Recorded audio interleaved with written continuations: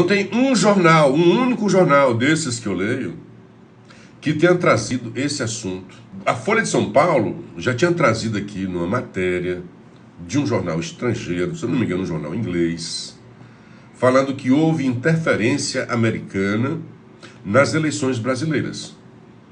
A interferência era de ameaças. Nessa interferência, tanto o governo americano, o Pentágono em contato com o exército brasileiro, que era para evitar que a democracia sucumbisse, porque havia um bicho-papão, Bolsonaro.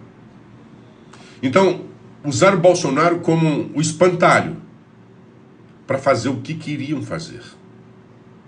Hoje o Fachin, em defesa de sua DPF das favelas, vai dizer que podemos combater o crime sem cometer crimes. Olha para o teu rabo, Cutia. Podemos defender a democracia sem atentar contra a democracia, como o STF fez com muita frequência nos últimos anos.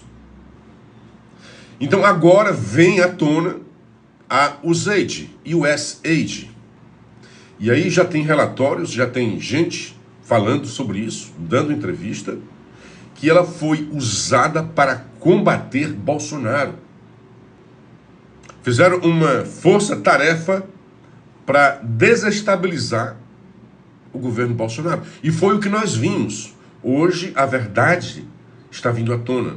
Havia um chamado consórcio, porque era um consenso da imprensa, não havia pluralidade de ideias, era um pensamento único na ciência, um pensamento único na pandemia, um pensamento único na economia.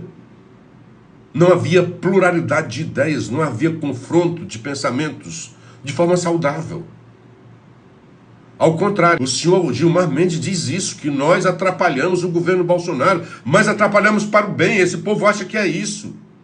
São messiânicos, eles são os donos da verdade. Segundo a verdade deles, Bolsonaro era uma coisa ruim. Era um antidemocrata. Não havia democracia, as suas palavras, democracia estava no STF. E ficaram forjando esse discurso, alimentado, ecoando também na mídia, para que houvesse também, chegasse ao coração e à mente do comum dos brasileiros. Será que é porque esses jornalões também foram financiados pela USAID? O cara diz, eu vi a entrevista, ele disse, se não houvesse a interferência da USAID, Bolsonaro ainda seria o presidente do Brasil.